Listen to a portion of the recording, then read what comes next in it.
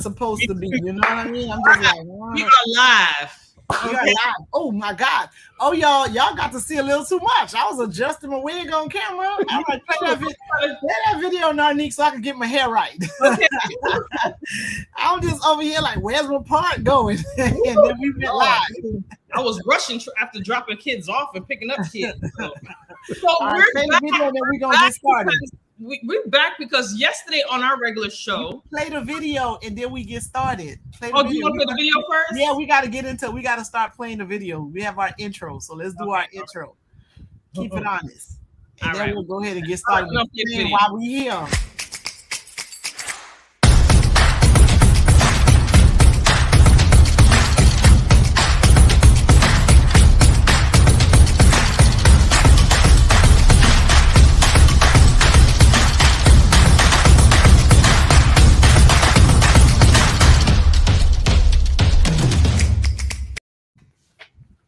All right, we back for real now. Hello, everybody. Sandra, you want to make the announcement? Well, so while we were doing our normally scheduled show on Wednesdays at 5:30, we had someone in the comments who said they wanted to come, and talk about some stuff, right? So it was one of the candidates for District 20 because we're here all about letting people know what's going on with the candidates because we really, since this race and this seat is so important, we really want to give the people every opportunity to hear from the candidates. So we had a candidate that was in our comments. He wanted to come up and speak a little bit. So we allowed him to come, and while we were talking to him, he dropped some news about another candidate, about two other candidates that were in the race, and we confirmed that the information was correct, but we wanted the person who was subject to that information to come and talk, and he was willing to come talk to us. So we're just trying to clear up some stuff that happened between two of the other candidates, not Mr. Dowling, who was on the show yesterday, but something involving Emmanuel G. Morel, who's also a candidate for the Congressional District 20 seat. He wanted to come and speak on what happened. Just so it just don't be like we're out here starting rumors. We're not trying to be like a salacious show either. But at the end of the day, it's true. It's really important that we send the right person to Congress to represent District 20. And so we will give Mr. Morel an opportunity to speak. I also want to let you know. So I also want to let you know that we, the other candidate that's subject to this incident has also been notified that Mr. Morel is going to be on today, and we've also extended an opportunity for them to come and speak to us if they so wish. Okay.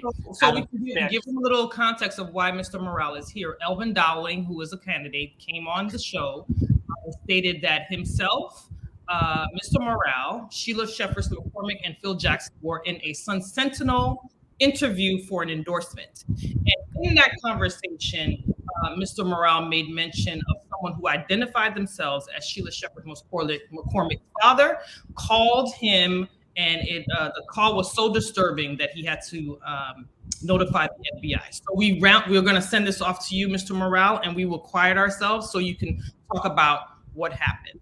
So Ms. Grant gave y'all all the details. I was going to allow Mr. Morel to tell all that. I was trying to keep it as basic and generic as possible. You got to know what we're talking about. But okay, well, that's what we're talking about. Mr. Morel, you have the floor. On Sunday. Sorry, start again because your mic was muted. So go ahead and start again, please. No, I did it. So go ahead. You can start again. At 8:24 p.m. on Sunday, I was out with some other volunteers knocking on doors, and I received a phone call. I didn't know who it was, but it was a 954 number. I answered, and the person asked me if I knew who it was. I said, no, I don't have you on my contacts. And he said, this is Sheila's father. I said, which Sheila? Because I do have friends named Sheila. She said, the most important one. I'm like, okay. All the ones that are family members who are Sheila, they're important to me. So that's when he told me Sheriff Phyllis McCormick. I said, Oh, yeah. I remember I met you in Tamarack for the first time during the first forum that we had, and I did meet you. What's going on? And then his tone of voice changed. He said, "Why are you in the race? You shouldn't be in the race. Why are you in the race? That's the question. You shouldn't be in the race." And I'm like, are you sure you're calling the right person? You shouldn't be in the race. You you're gonna hurt Sheila. You're dividing the votes. I'm like, what votes? We're in the same race. And then I told him, listen, have a nice evening, and I hung up. And and the others were listening to me. Manushka was the one who was next to me. She heard the conversation went English and Creole, and and I was stunned because I was not expecting this. I This was unprecedented. I I mean, like I said, I left Haiti when I was 15. I don't understand that type of this kind of behavior, but I've heard about it happening on the island. So the reason that I reported it is because, frankly, I did feel threatened. And like I said, I've investigated the mob. I've investigated companies. I've investigated Donald Trump. But this nothing has ever shaken me up as this one. Because I know that my people, the things that they do on the island, they have a tendency to bring it here and do the same foolishness. That's why I reported it to the FBI, and they took my complaint. So they did promise that they would be contacting them, uh, and and I can tell you that I don't know what to make of it. Except Sheila told me when I said it to the Sun Sentinel, Sheila's Sheila's answer to me was that I should have contacted her to let her know about it. I'm like, why do I have to contact you when your folks are threatening me? I have stayed in my lane throughout this campaign. I have not attacked anyone, no one. I have attacked no one. I've stayed in my lane doing my thing. But Sheila has come under pressure lately from others, especially Mr. Jackson and Mr. Dowling. They've called her out about this $1,000 a month thing, but I have not gone after Sheila over this. I've stayed away from it because I realize it's foolishness, but it's not up for me to decide it's foolishness. It's up to the voters.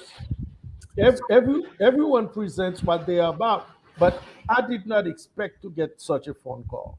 It's troubling to me, very troubling to me.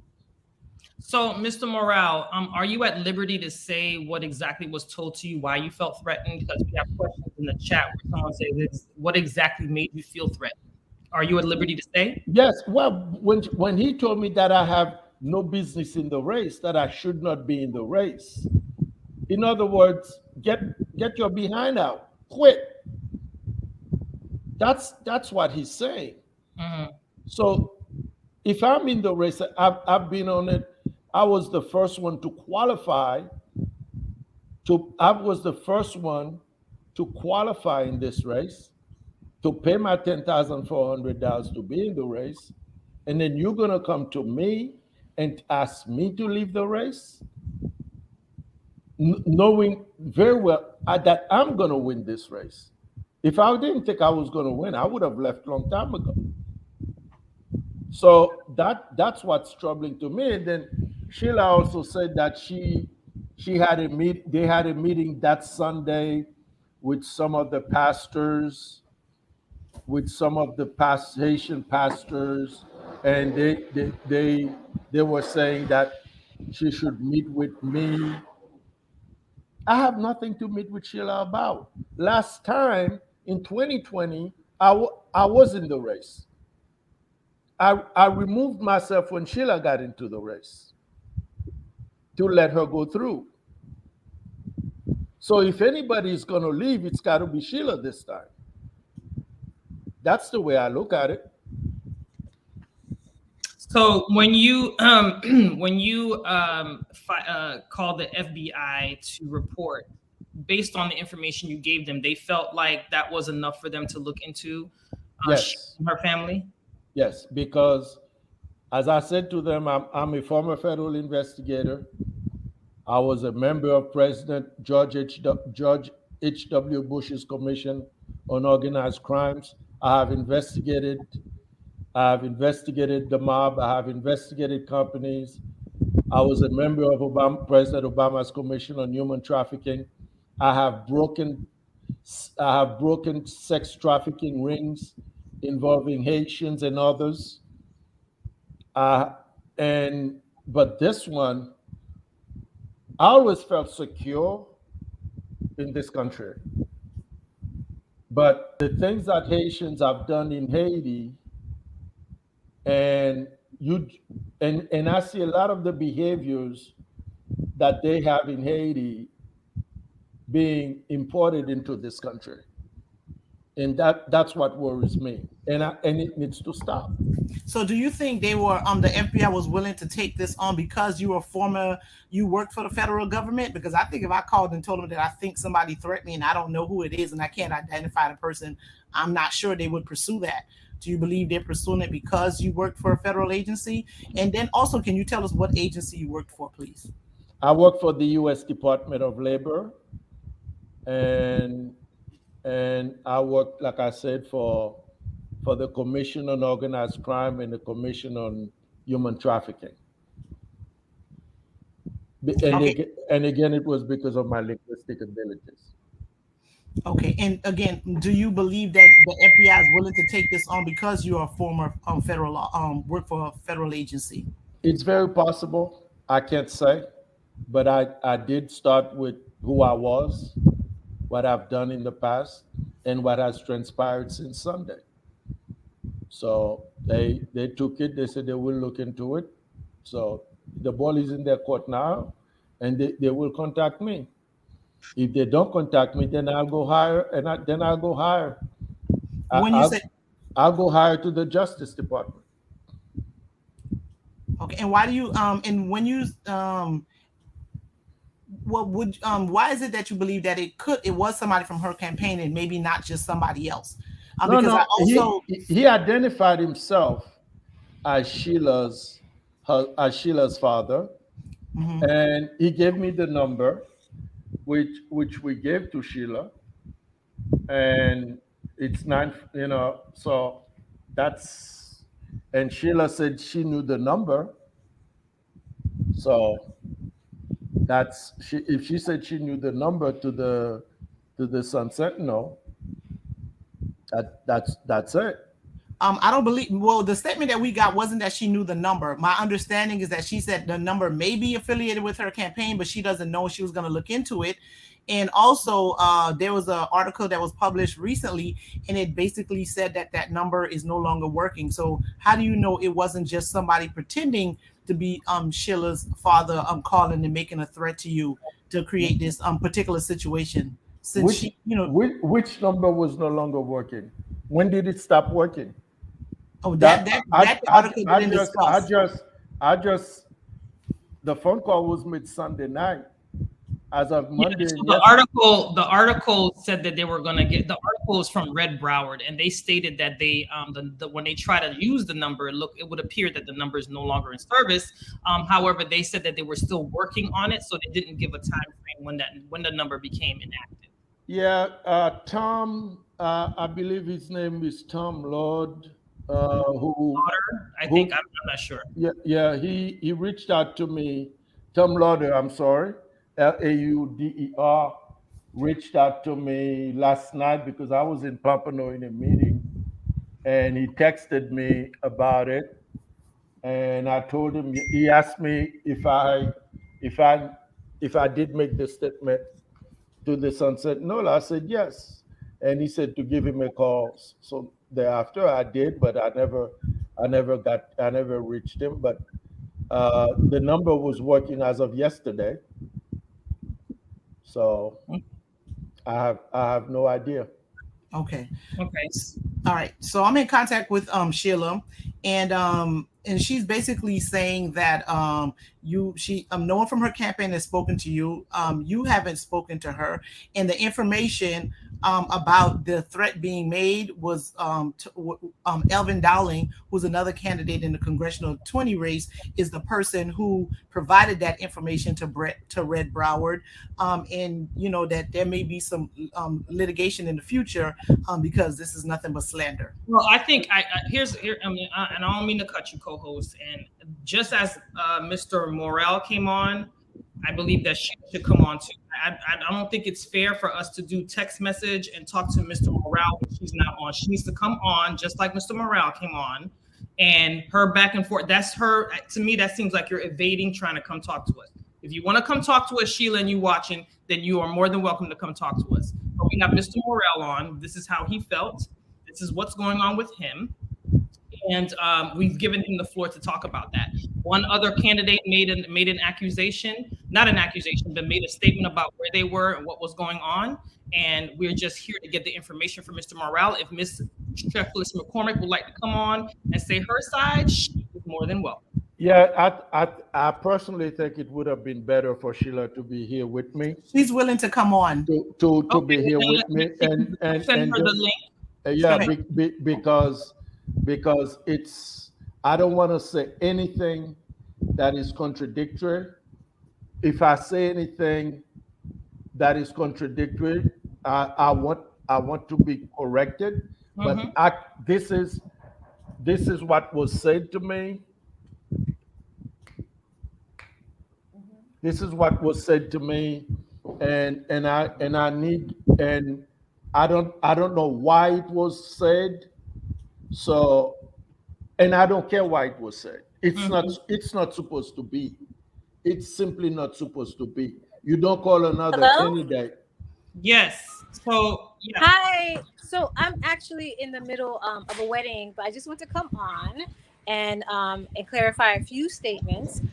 No one my campaign has contacted you or spoke to you, because after your statements yesterday, I was concerned about that. So I went, and nobody in my campaign contacted you.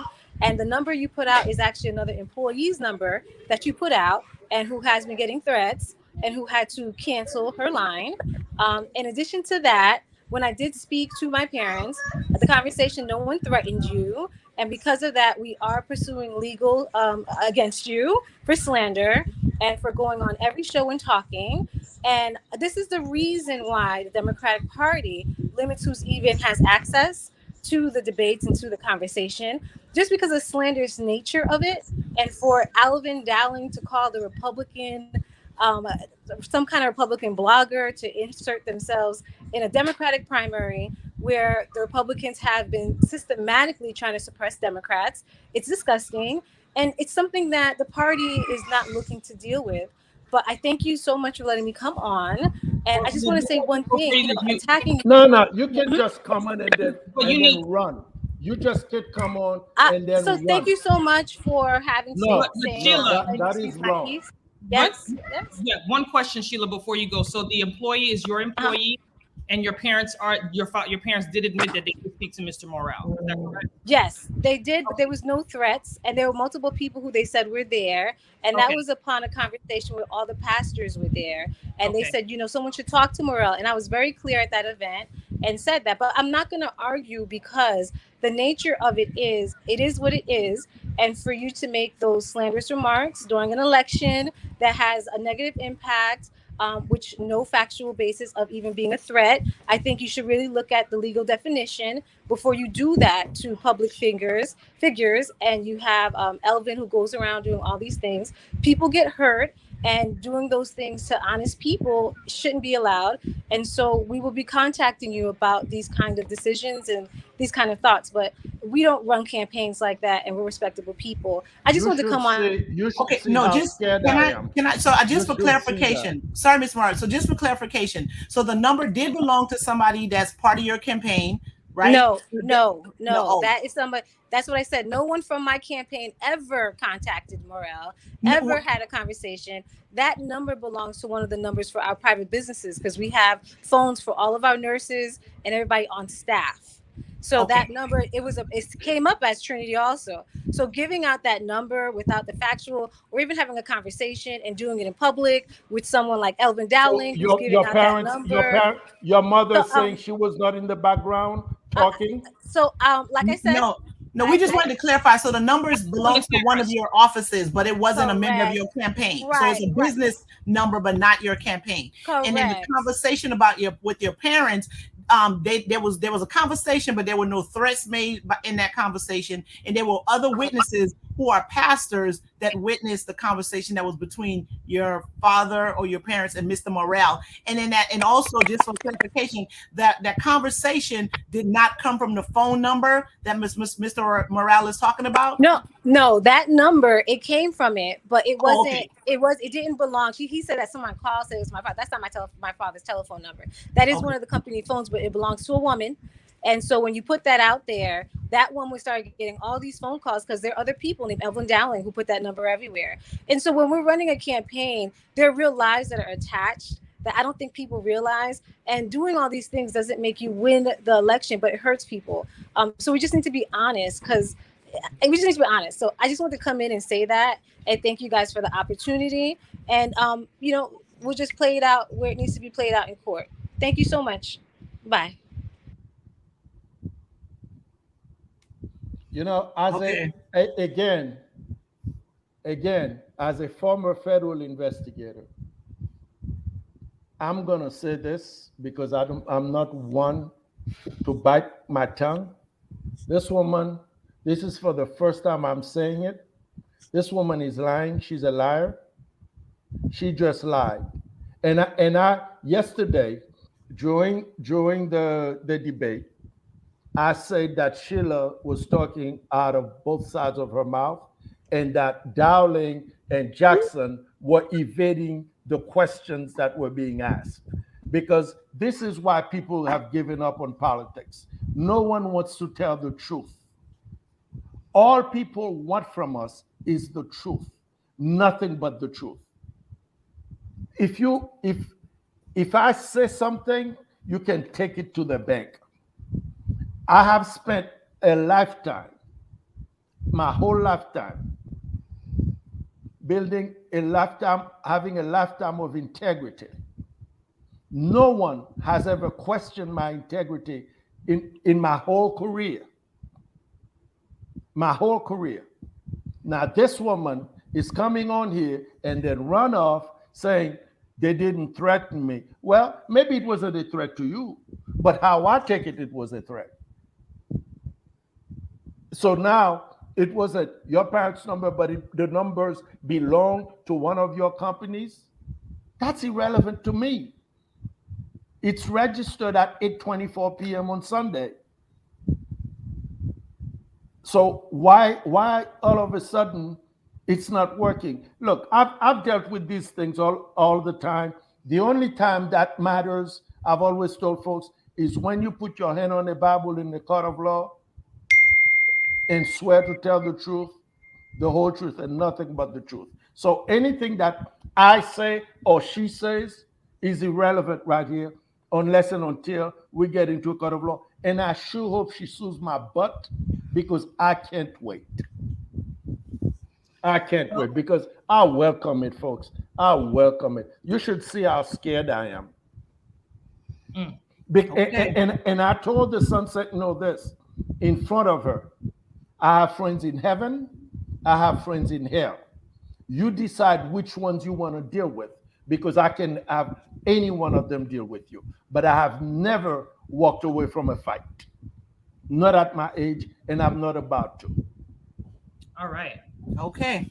Okay, well, I'm glad that you had an opportunity to talk about it, Mr. Morel. When Mr. Dowling came on and mentioned it to us, we really wanted to talk directly to you because we didn't want to do no hearsay. And Sheila, if you are watching, thank you for coming on and saying your piece. But we wanted to give you an opportunity and a platform to talk about what happened to you and what you did, and get an opportunity to talk to clear the air, in my opinion. We thank you for your time. Tell people where you can be reached, because we're still running a campaign here. That's right. That's Yeah, right. That's right. I'm at 561 301-6843, 561-301-6843. I can be reached until 2 a.m. every day. You can reach me, and my email remains the same. That's www.egmorel.com. You can be sure of this. I will always tell you the truth and nothing but that. Because at the end of the day, that's what people are searching for. That's what people are looking for. Someone who will tell them the truth and don't hide behind anything. Oh, we're gonna sue. We listen. That's something you take with the riffraffs, not with me. I've been down that path. I've spent my whole career on that. Stop that. That's stupidity. And Well, for the record, I have never contacted another candidate, whether it's Dowling or Jackson. No one. I have never reached out to even get close to a candidate unless and until we're in a forum together. So I don't do that. I do not do that.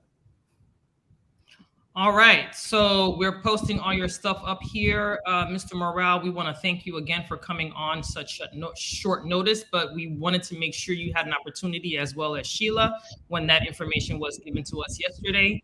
And I hope that this gives voters or potential voters an extra layer of information to help them with their decision come November 2nd for the primaries.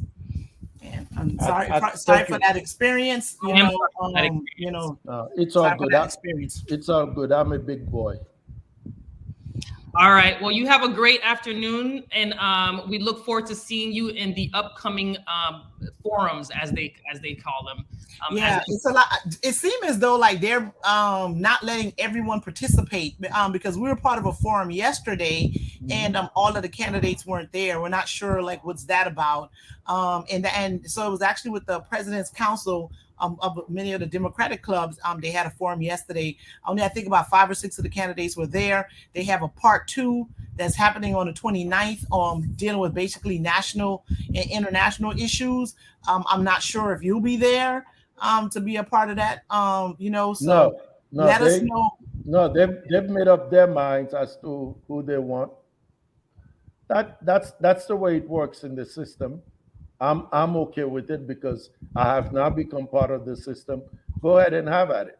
At the end of the day, I keep on knocking on doors. I keep on asking people to vote for me, and I do intend to win this race. Okay, so if there's another forum that you're going to be on, can you please let us know, and then we'll try to promote the event. If there is a space where you're allowed to speak about your platform. Definitely, I sure will. Thank you so much. All right, Mr. Morel, have a great afternoon. Woo. Listen, I'm quite disappointed, to be quite honest with you. I just, I don't know. I didn't like. Okay, so to me, there was some admission to the conversation, to the call. So yeah, there was an admission that the number belongs to her business. That there was a call between her father and Mr. Morel, but it's just the nature of the call is what's at what's in question, right? Yeah. So the number that was listed that is affiliated with her. The parents were on that number talking to him. They used that number to make a call to Mr. Morel. Right. Mm-hmm. And so it's just the nature of the conversation. And according to Sheila, there are witnesses saying that there was no threats made. And according to Mr. Morel, he considered it a credible threat. So much so that he contacted the FBI. That's right. And one of the things I think he kept on talking about that I think we need to put in context is that he talked about Haitian people and how they do things back home. Mm-hmm. And there is a way, it's culturally, there is things that happen in Haiti, or the way that we interact with each other and the way we do things that can be taken as a threat. And it doesn't necessarily mean what they say. Many times it's how they say it, what other stuff that comes with it when they're saying it, and it's a credible threat.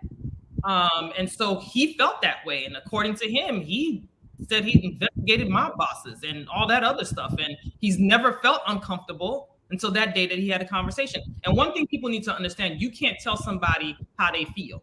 About things that you say and do to them. Things that you say to them. Like what you say to them, they take it how they take it. They take it out. They take. You can't tell someone that they don't feel threatened if they're telling you that they feel threatened, right? You can't minimize someone's feelings. You can't minimize how they're feeling about something. And I'm not saying that that's what's going on. I'm just saying you can't tell somebody what they said wasn't threatening to them. You get what I'm saying? So, and if she is going to file lawsuits, it's her burden to prove. That I mean, everybody's entitled to have their day in court. So if she thinks it's slanderous, those statements that are made is slanderous, and the ones by Red Brown are libelous, she's well within her rights to do that. Yeah. So it's just listen. This is what it looks like when you're running for office. It shouldn't look like this, though. I mean, I interviewed a whole bunch of candidates in 2020, and I didn't see any of this. I mean, there was a. I think that was maybe a 2018 campaign where there was some issue about there might have been some hands, on some other folks. I think that was in a Lauderdale Lakes election that there was issue where some hands might have been thrown or whatever. But but typically there was some in Pembroke Pines too. There was some. There was some hands in Pembroke Pines too. Yeah. Okay, I guess there's more hand throwing than I know of. It's really not funny. It's really sad and unfortunate.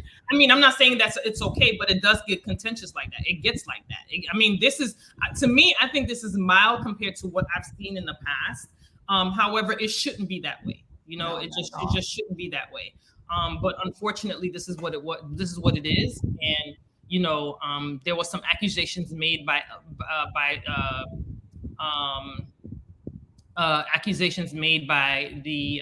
Sheila in reference to Elvin, Mr.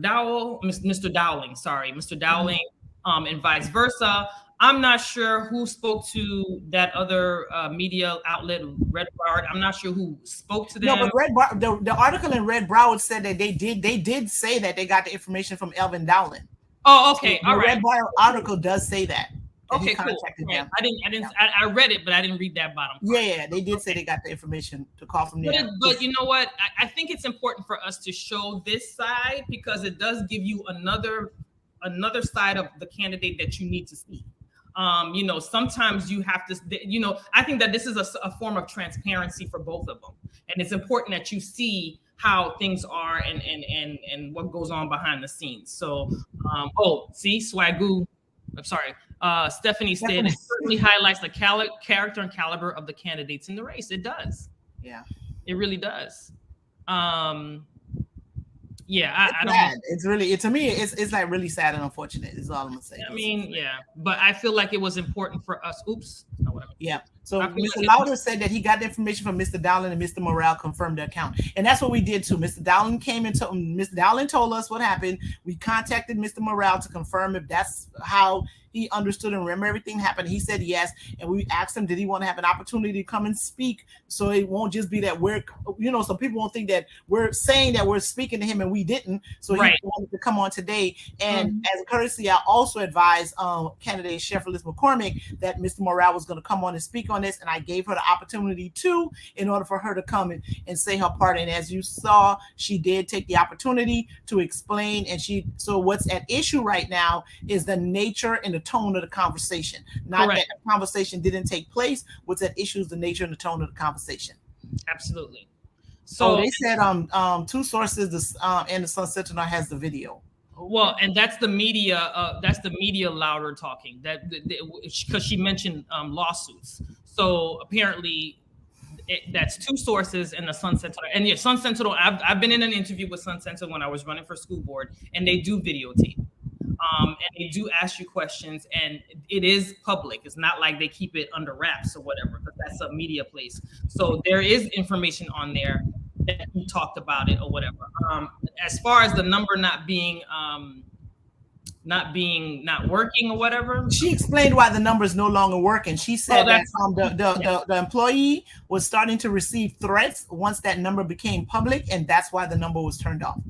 She said the employee started getting threats. She got threats within 24 hours? Is that yes, because the number was made public and she started receiving threats, and that's why the number was no longer in service. All right. So there was a female owner of the number that worked for. Well, it's not a female owner. She says the number is registered to her business, so that's right. But the phone, there was a female employee that was in possession of that phone number, even though it was, the office is the one that provided it, but it was a female employee that had that number. And she started to receive threats, and that's why the number is turned off.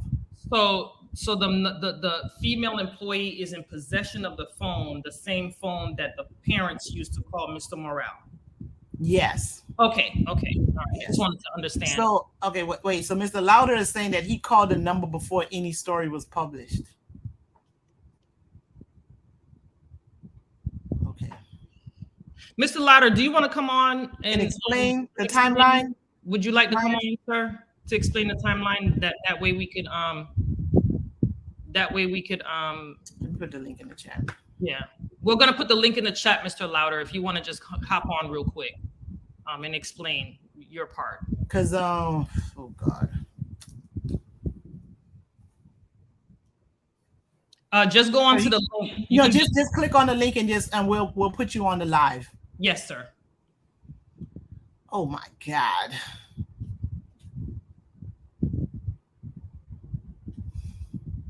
Well, she said the lady was receiving threats, and then she had to. Yeah, I can understand that. If your number becomes public, that happening though. I would change my number too. Yeah, I could see that happening. And I would change my number if that was going on. I could see that happening. Absolutely. I don't doubt that that's what happened, but apparently there's a timeline here. Yeah, but it's unfortunate. I'm really sad. Someone should ask Ms. McCormick if her employee would say that under oath. Well, she's gonna file a lawsuit, so they're gonna have to. So I mean, the candidate McCormick said that she plans on suing Mr. Morel and Mr. Dowling for their slanderous remarks. And she also named Broward too. Oh well, she said, well, if she's all of them again, they're gonna have some sworn affidavits, and they're gonna have to come and testify under oath. So, and everybody has their right to Mr. Lauder, the link is in the chat. If you want to touch that link and hop on, let us know. We're gonna call in, but we didn't. This is not a call-in show. You kind of it's not a call-in show. It's not a call-in show. You have to hop on the link.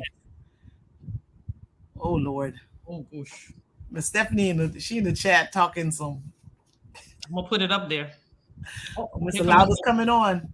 Yes, he is. He'll explain the timeline, and then we'll clear this story. And then I think once we have this said today, then we're done with it, right? Yep. Hi, Miss. Good evening, Mr. Lauder. Hi, how are you? I'm okay. How are you doing? So, do you have a timeline that you want to share? Because Ms. McCormick came and explained her the way she understood everything to have happened. There was some issue that I think you just made a statement in the chat that you called the number before the story is published. So does that mean that the number wasn't public? I'm not sure. Yeah, no, I guess the actual interview at the Sun Sentinel was yesterday afternoon. Correct. And then Mr. Dowling tried to reach me at another number, and I checked my email and I saw his email, which was the account that was published, and I called him because I verify stuff before I publish it, and he had just gotten off the air with you, and he told me that he had told you guys about it, and just then, so while I was talking to him, I was crafting the story, and I got off the phone with him. I contacted Mr. Morel, who was in a meeting. He texted me, and I just said, "Can you confirm?" He's like, "Yes, it happened." So I published it. So within, I would say, a couple hours of the actual interview, the story was out there. So this was at the end of the day. So I don't know, who's calling what number, threatening, because I don't know who would have gotten that number other than listening to your show or someone in the Sun Sentinel, which it wasn't a public. I don't think it was a public interview. It wasn't on their website or anything. So no, it wasn't. No. It just, it's strange credulity to think that, you know, people are calling to threaten. No offense to Mr. Morel, he's not one of the front runners in this campaign. Neither is Mr. Dowling, so it's not like they have a big team behind them to get the word out, to create a, you know, a buzz or anything like that. So it's odd. The whole situation, scenarios around Miss Shifless McCormick's campaign is odd, including where she resides for real. But that number that I was given, I called before I published the story, and it gave me "We're sorry, this number is not in service," you know, blah blah blah. And I have ways to check phone numbers. I checked it; it didn't come up really anything. But a similar number with just a digit changed comes back to a number to her father. So I don't know, you know. It's just very odd, and considering her other answers and not answering stuff, I question whether she's even telling the truth about that, the phone number with the threats. So you said there's another phone number with one number different that belongs to her father? Yes. I you know, and that could be, I guess you could say that's coincidence, but her reaction at the meeting, at the interview, made it clear, I think, to everyone that the number was familiar to her, and now she's saying that it was an employee and that had nothing to do with her campaign. Yeah, right. I think she owes voters a little more openness about what was going on.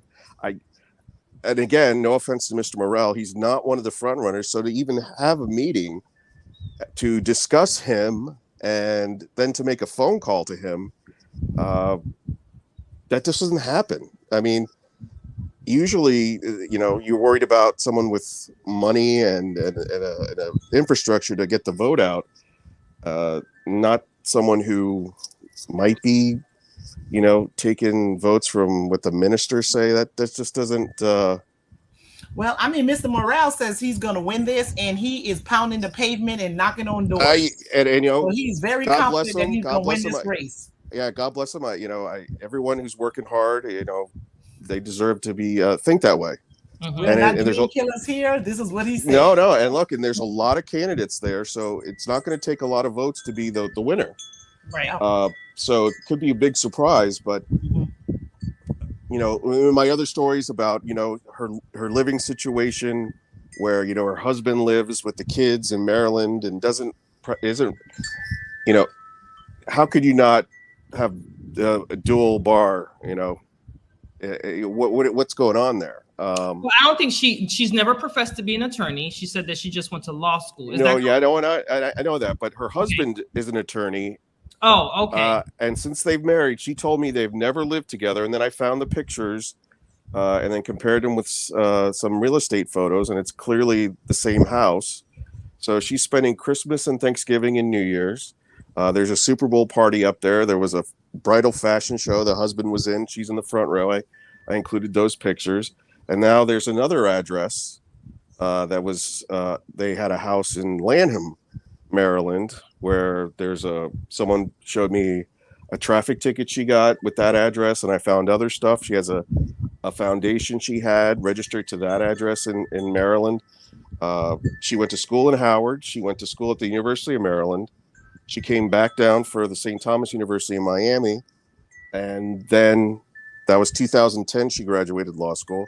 2011, she forms a foundation in Maryland. Then I was there Friday night at a debate, and at that debate, she's told everybody that she's walked the hallways of Congress, trying to get bills passed, advocating for her healthcare causes and all the like. I think that's someone who lives in the area who's walking the halls of Congress to the extent she's doing it.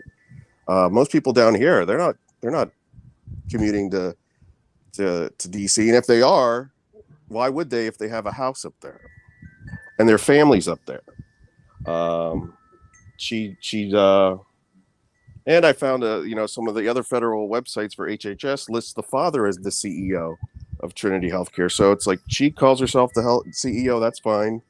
It's a family-owned organization, but there's just too many questions, which she always, and she, when I spoke to her, she played the song and dance where the media's out to get her and they've been coming at her. It's just, these are just basic questions that a candidate should be able to answer quickly. And like the one yesterday about she opened a corporation in March and she couldn't answer questions about large payments to a PAC. And it's like, you want to be congressman and you can't, you can't remember the details of $155,000 from a brand new corporation you formed. You got to review your records. I get you not wanting to answer, but it just doesn't compute. All right, so there's a couple questions. So for one thing, I'm just going to make a statement. So for one, I know married couples who don't live in the same city. And oh yeah, I know. I personally know people, possible. so that is not unusual, right? And since I've been a kid, I know many couples who don't live in the same city, don't even live in the same state, and they commute back and forth and they maintain their relationship. So I don't think that's an issue. So it's very well. And one of the first people I know who was in that situation, they had been married 16 years and had never lived in the same state. Well, so okay, I'm not you're right. let me just say you're right. Okay. But to tell me that you've never done it, but then she posted pictures on her Facebook of her in the house on Christmas morning, everyone in their pajamas saying Merry Christmas, the husband and the kids. You were in the house, so you could be visiting the house for the holidays. That's okay. Okay, and it's not just the holidays. So it's one thing to say, look, and I get that he's got his career, I've got my career down here. I'd love to be, we'd love to be all cool, but to deny it categorically that you've never lived under the same roof in that house, and to give me, the parents are buying these houses and then switching them into a corporation name, and then to have photos on Facebook, it kind of undercuts that argument that she's trying to make. I'm not saying that she lived there all the time, but we've had, and this happens, people win a seat in Congress and then move to the DC area. It's just cheaper for most people than commuting. Here, the question is, does she really live up there? And she's just trying to win a seat here and be able to remain in DC. So again, her answers aren't her answers undercut that argument. Go ahead. Sorry. Okay. And so the other thing is like they want I'm being asked like, why are you so interested in this race, right? Because the question is about like, why is a Republican so interested in this particular race? Yeah. Okay. First of all, I cover politics on both sides of the aisle. My party affiliation has nothing to do with it. I've gone after Republicans and Democrats alike. Anyone who knows me can attest to that. Look, I've been covering Dale Holness for many years. He's running. I don't think Dale Holness would claim to be a fan of mine. And I've covered other people in the race, and I will continue to cover people in the race because I don't think, because this is why I've shared your stuff, because you're performing a service that we don't get. No one is talking to these candidates one-on-one and getting answers from them and giving them feedback. The Sun Sentinel doesn't do it, and Lord knows the television stations aren't doing it. So that's what I do. I provide coverage of a race, which is really important for South Florida, and no one else is going to do it. So for the last 11 years, I've tried to fill that void, and I get grief from both sides, but I'm just going to keep on doing it. I'm not going to be one of those phony reporters who says, "Oh, I'm an independent," or "You can't know who I am." Yeah, if anyone asks, yeah, I'm a Republican. That has nothing to do with how I cover these races, as many Republican candidates and officials can attest to. Okay. All right. Thanks for clearing that up. Thank you for clearing that up. Oh yeah, we appreciate you, sharing our video to get people to talk, because that, even like, we're I'm not a Republican. I'm very blue, right? But you know, I do think it's important for people, voters, to be well informed and know about the candidates that they're voting for. So that's why we prepare this. We perform this. We have folks come in and speak to us one-on-one. There's enough of the panels when you have to answer certain questions in 1 minute, 30 seconds, 90 seconds, 2 minutes. I don't think it's enough time for people to get a sense of who the person is, and that's why we've been doing this since last year, right before the 2020 primaries and the 2020 election. So thank you for acknowledging what it is that we're doing, and you know, recognizing that it is a need, because I think one of the things that we've seen just from interviewing the District 20 candidates is you do get to see a sense of their personality when they're one-on-one talking to someone in a conversation. So, and especially when some of these places only pick and choose who they really want to put on their panel. So we want to make sure everybody. Oh yeah, look. Mr. Louder, since can you reach out to the Republican candidates, because I sent them emails and we're trying to talk to them too. We're trying to talk to them too. We want them to come up on here. We want people to see who the. Well, you know, I will. I'm sure I could find their email. I will email them and tell them I highly recommend that they. We would love to talk to them, because you guys have been fair, which I always try to be, and you also give a take that I wouldn't give. I'll just as an example, when you interviewed Commissioner Holness, and you brought up you had talked to people that you were friends with, women specifically, who didn't like his comments about his daughter's arrest and how he threw her under the bus. I like it. And then you did it twice on our show. We didn't. And the son he brought into it, but you wouldn't get that from a reporter or from a Democratic club president like on Friday night was. So that makes news. That shows the person more than just asking them what they think about healthcare or what they think about anything other. Because Friday night's debate was one of the most boring debates I've ever been in. It was like 3 hours, and they passed the mic, and they all basically gave the same answer. There was no illumination. There was there was actually no debate. It was just question and answer. And I think, you know, what your guys are doing, you're having a conversation with these candidates, and they come through better. I thought Friday night did get a little spicy though, right? Wasn't there a question about a campaign donation or something like that? Yeah, my friend Percy Johnson asked Barbara Sharif about contributions, and Commissioner Sharif gave an answer, which, you know, you can take it or leave it.